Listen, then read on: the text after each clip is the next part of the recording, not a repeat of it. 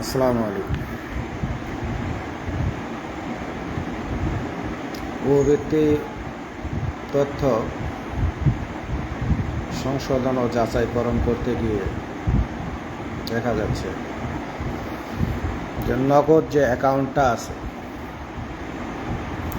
এই অ্যাকাউন্টটা খোলা আছে মায়ের নামে, কারণ এটা অটো সিস্টেমে খুলে দেওয়া হয়েছিল। অথচ যে সিমে অ্যাকাউন্টটা চালু করা হয়েছে সেই সিমটা আছে তার বাবার নামে, যার কারণে লেখা দেখাচ্ছে অধিকাংশ প্রায় 95% বা 99% অ্যাকাউন্ট সক্রিয় আছে। অ্যাকাউন্টটি জাতীয় পরিচয়পত্র দিয়ে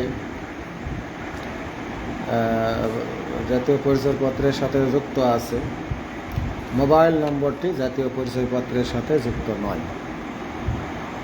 মোবাইল অ্যাকাউন্ট সংশোধনের যে ঘরে আছে তার নিচে যে খুঁজুন অপশনটা আছে, সেই অপশনে যখন চাপ দেওয়া হচ্ছে, ক্লিক করা হচ্ছে, তখন এই লেখাটা দেখাচ্ছে। লেখাটা হচ্ছে অ্যাকাউন্ট সক্রিয় আছে, অ্যাকাউন্টটি জাতীয় পরিচয়পত্রের সাথে যুক্ত আছে, কিন্তু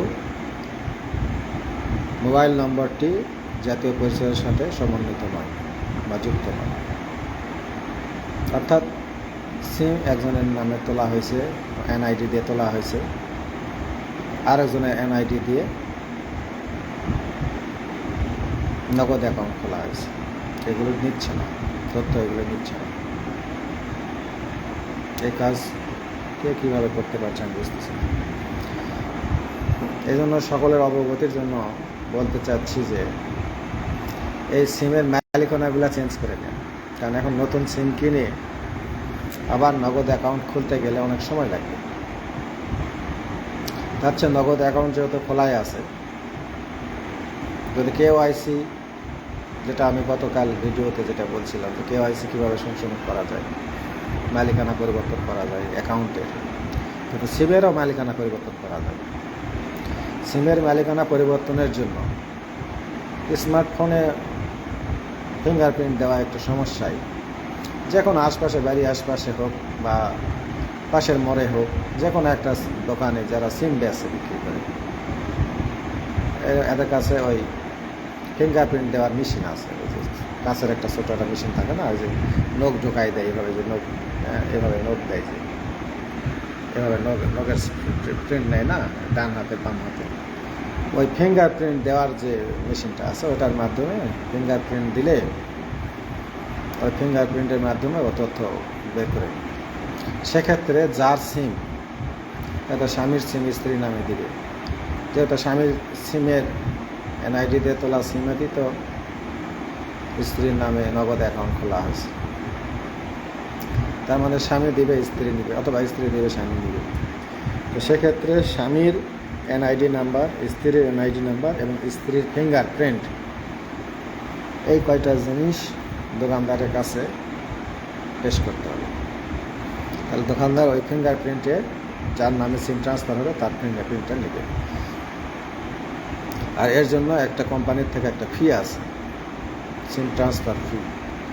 কাস্টমার কেয়ারে করলে 115 থেকে 20 টাকা, দোকানদারের কাছে করলে 150 টাকা, এবং তারা কিছু পারিশ্রমিক নিতে পারে। এই মিলে 120 থেকে 150 টাকা, 200 টাকার মধ্যে খরচ হয়, কিন্তু সিমের মালিকানাটা পরিবর্তন হবে। অর্থাৎ এই সিম দিয়ে যে নগদ অ্যাকাউন্টটা খোলা হয়েছে যার নাম, নগদ অ্যাকাউন্ট একটা সিমে তো একজনই খুলতে পারে, যেহেতু নগদ অ্যাকাউন্ট খোলা হয়ে গেছে সেহেতু সিমের মালিকানাটাও বদলে দেওয়া উচিত, যাতে ভবিষ্যতে এই সিমে